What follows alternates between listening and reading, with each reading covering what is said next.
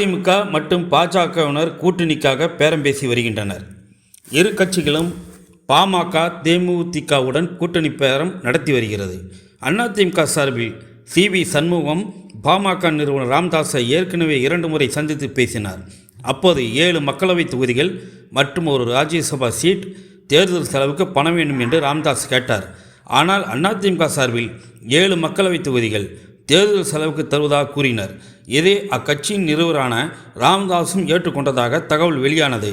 இதனால் அதிர்ச்சியடைந்த பாஜ கொங்கு மண்டலம் வட மாவட்டங்களில் டெபாசிட் வாங்க வேண்டும் என்றால் பாமக தயவு வேண்டும் என்று எண்ணியது. இதனால் ஒன்றிய அமைச்சர்கள் சிலர் ரகசியமாக பாமக தலைவர் அன்புமணியை சந்தித்து பேசினர். அப்போது அன்புமணி மீது உள்ள ஒரு வழக்கை சுட்டி காட்டி பாட்டாளி மக்கள் கட்சிக்கு 10 மக்களவைத் தொகுதிகளும் மற்றும் ஒரு ராஜ்யசபா சீட்டு ஒன்றிய அமைச்சர் பதவி கொடுப்பதாக பாஜகவினர் கூறினர். இதனால் வழக்குக்கு பயந்தும் ஒன்றிய அமைச்சர் பதவிக்கும் ஆசைப்பட்டும் அன்புமணி பாஜ பக்கம் சேர்ந்தார்.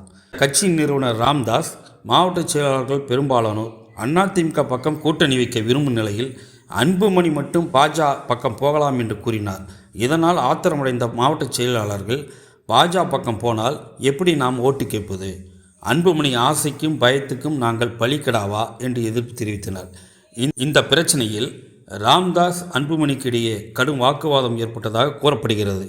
இதனால் மாவட்ட செயலாளர்களை கூட்டி கருத்துக்களை கேட்டறிந்து முடிவெடுக்கலாம் என ராமதாஸ் திட்டமிட்ட நிலையில் கடைசியாக திடீரென அந்த கூட்டம் ஒத்திவைக்கப்பட்டது.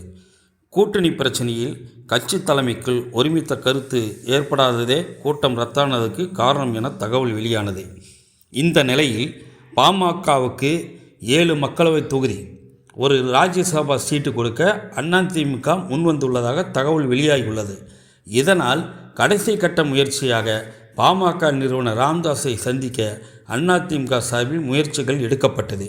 சி.வி. சண்முகம், கே.பி. முனுசாமி உள்ளிட்டோர் தைலாபுரத்தில் ராமதாஸை சந்தித்து கூடுதல் தொகுதியை ஒதுக்கி கூட்டணி இறுதி செய்ய இருப்பதாகவும் தகவல் பரவியது. ஆனால் நேற்று மாலை வரை அதிமுக தரப்பில் யாரும் அங்கு வரவில்லை. இதனால் பாமகவை இழுக்கும் அதிமுகவின் கடைசி கட்ட முயற்சிக்கு பலன் கிடைக்குமா என்ற சந்தேகம் எழுந்துள்ளது. அதேவேளையில் சென்னையில் அன்புமணியை ஒன்றிய அமைச்சர் பியூஷ் கோயல் உள்ளிட்ட சிலர் ரகசியமாக சந்தித்து இறுதிக்கட்ட பேச்சுவார்த்தை நடத்த இருப்பதாகவும், இன்று இரவுக்குள் பாஜகவுடன் கூட்டணி என்பதை பாமக உறுதி செய்து அறிவித்து விடும் என்றும் அக்கட்சி வட்டாரத்தில் பரவலாக பேச்சு அடிபடுகிறது. கட்சியின் எதிர்காலம் சில தனிப்பட்ட காரணங்களுக்காக பாமக நிறுவனர் ராமதாஸும் ஒப்புதல் அளிப்பார் என்ற தகவல் பரவி பாமக வட்டாரத்தில் சலசலப்பை ஏற்படுத்தியுள்ளது. இருப்பினும் தலைமையின் முடிவுக்காக பாமக நிர்வாகிகளும் தொண்டர்களும் ஆவலுடன் காத்திருக்கின்றனர். தேர்தல் தேதி அறிவிக்கப்பட்டு விட்டதால் உடனே கூட்டணி முடிவு செய்ய அறிவிக்கப்பட வேண்டும் என்று எதிர்பார்ப்பு அக்கட்சியினரிடம் எழுந்துள்ள. கூட்டணியில் சேரும். யாருக்கு தெரியும்? விடிஞ்சா பார்ப்போம்.